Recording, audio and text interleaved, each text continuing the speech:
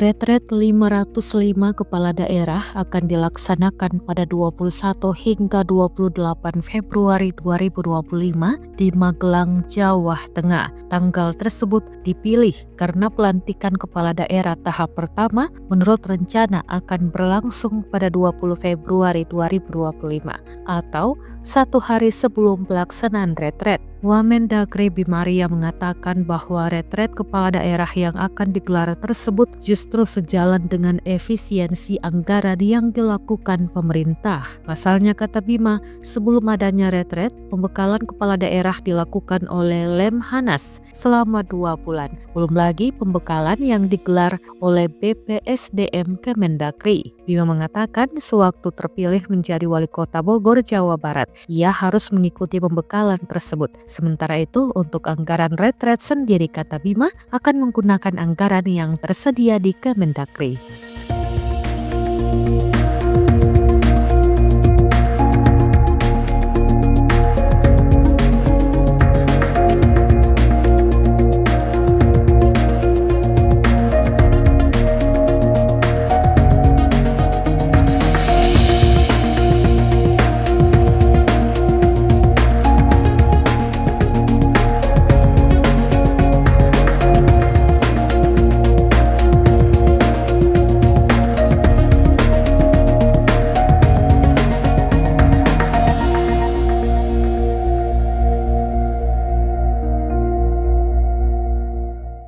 Download Tribun X sekarang, menghadirkan lokal menjadi Indonesia.